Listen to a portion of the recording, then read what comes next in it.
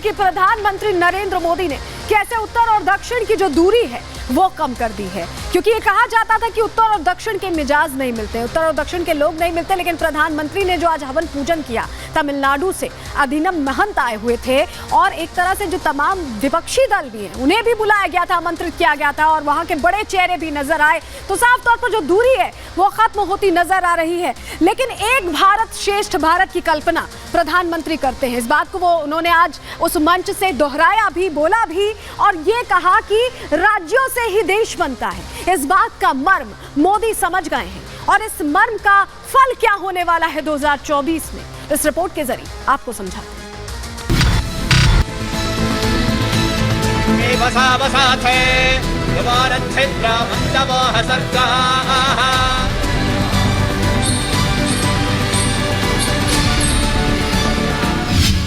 इस तस्वीर ने उत्तर दक्षिण की दूरी मिटा दी है। इस तस्वीर ने 24 की इबारत लिख दी है। ये तस्वीर विपक्ष का बुरा सपना है। एक भारत श्रेष्ठ भारत प्रधानमंत्री मोदी का प्रण है, संकल्प है, प्रतिज्ञा है। समय समय पर पीएम मोदी इसका जिक्र करते हैं, देशवासियों को इसकी याद दिलाते हैं, क्योंकि भारत की ताकत एकता में है। एक तरह से इस भवन के कण कण में हमें एक भारत श्रेष्ठ भारत की भावना के दर्शन। पीएम मोदी ने राष्ट्र निर्माण के लिए कई जरूरी कदम उठाए, दल हित के बजाय देश हित को सर्वोपरि माना, लेकिन विपक्ष को सिर्फ खामियां नजर आई। पीएम मोदी के विजन पर विपक्ष को कभी तुष्टीकरण दिखाई दिया तो कभी चुनावी स्टंट।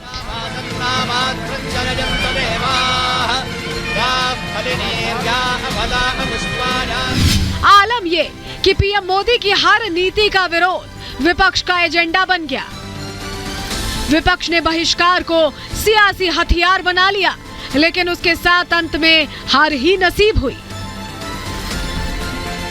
इसके एक नहीं कई उदाहरण हमारे सामने हैं। 2016 सर्जिकल स्ट्राइक, 2016 नोटबंदी, 2019 air strike, 2019 national war memorial, 2019 तीन तलाक, 2019 धारा 370, 2021 कोरोना वैक्सीन। आजकल विपक्ष का आचरण और व्यवहार इसी तरह का हो गया है। जब कभी भी देश जिस विषय पर गर्व कर सके उसके बारे में चर्चा प्रारंभ होती है, उससे पहले ही देश गर्व की बजाय शर्म करे, इस तरह का आचरण और व्यवहार विपक्ष करता है। पीएम मोदी पुरजोर तरीके से अपने फैसले पर अडिग रहे तो विपक्ष ने बहिष्कार को अपनी आदत बना लिया। इसका क्या अंजाम हुआ ये तो आपने देख ही लिया, लेकिन विपक्ष इतने से भी नहीं माना। इस बार नई संसद के उद्घाटन को अपनी अस्मिता की लड़ाई से जोड़ लिया। 21 विपक्षी दलों ने उद्घाटन में शामिल होने से इनकार कर दिया। इतने से भी दाल नहीं गली तो इस घमासान को सेंगोल की तरफ मोड़ दिया, लेकिन सेंगोल पर पटखनी खाने के बाद आरजेडी ने ताबूत कांड कर दिया। मोदी जी ने सबको न्योता दिया था, सभी लोगों को बुलाया था, लेकिन कुछ भी अच्छा करो तो विपक्ष को बुरा ही लगता है। जो तुलना जो कर रहे कॉफिन और इसके साथ, उनको जनता मुंह तोड़ जवाब देगी।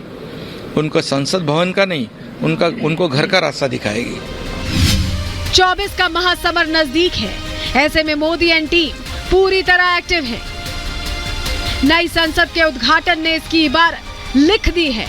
मोदी ने उत्तर और दक्षिण की दूरी मिटाने की कोशिश की है, लेकिन विपक्ष का जोर अब भी विरोध तक ही सीमित है। ऐसे में सवाल यह है, विपक्ष फ्लॉप बहिष्कार फॉर्मूले को ही अपनाता रहेगा या मोदी से टक्कर लेने के लिए कुछ नया करेगा? Bureau report, Republic Bharat.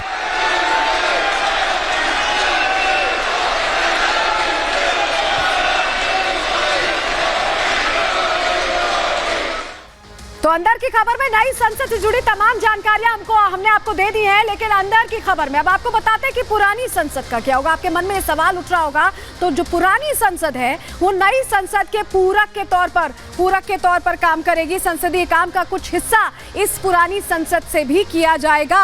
आधुनिक सुविधाओं से इसे लैस किया जाएगा। रीडेवलपमेंट जो हो रहा है सेंट्रल विस्टा का, उसके तहत इसे रीडेवलप किया जाएगा। एक हिस्सा इसका म्यूजियम बनाया जाएगा जहां आम लोग आ सकेंगे और आम लोगों के लिए इसे खोल दिया जाएगा। तो इसे भी जोड़ कर रखते हुए एक तरह से नए संसद के पूरक के तौर पर इस्तेमाल किया जाएगा। तो ये पुरानी संसद की कहानी रही।